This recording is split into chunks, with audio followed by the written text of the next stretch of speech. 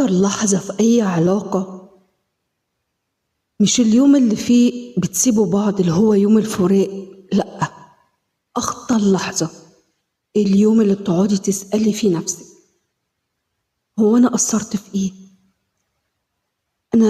أنا عملت كل حاجة، طب هو سابني ليه؟ طب هو راح لغيري ليه؟ طب فضل دي عليا ليه؟ طب هو عمل معايا كده ليه؟ تبدأي تدخلي في محكمة مع نفسك على قرار شخص هو اللي أخده، مش قرارك انتي، ده قراره هو، وتبدأي تخشي في جلد ذات بينك وبين نفسك. بتموتي حرفيا. هو ولا هنا، هو في الطراوة، هو عايش ومبسوط وانتي اللي متدمرة.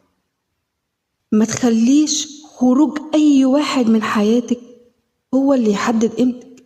اوعي تفتكري ان دي احسن ولا ان هو اختار الطريق الاحسن ولا انت قصرتي. بالعكس، انت احسن مما انت تتخيلي.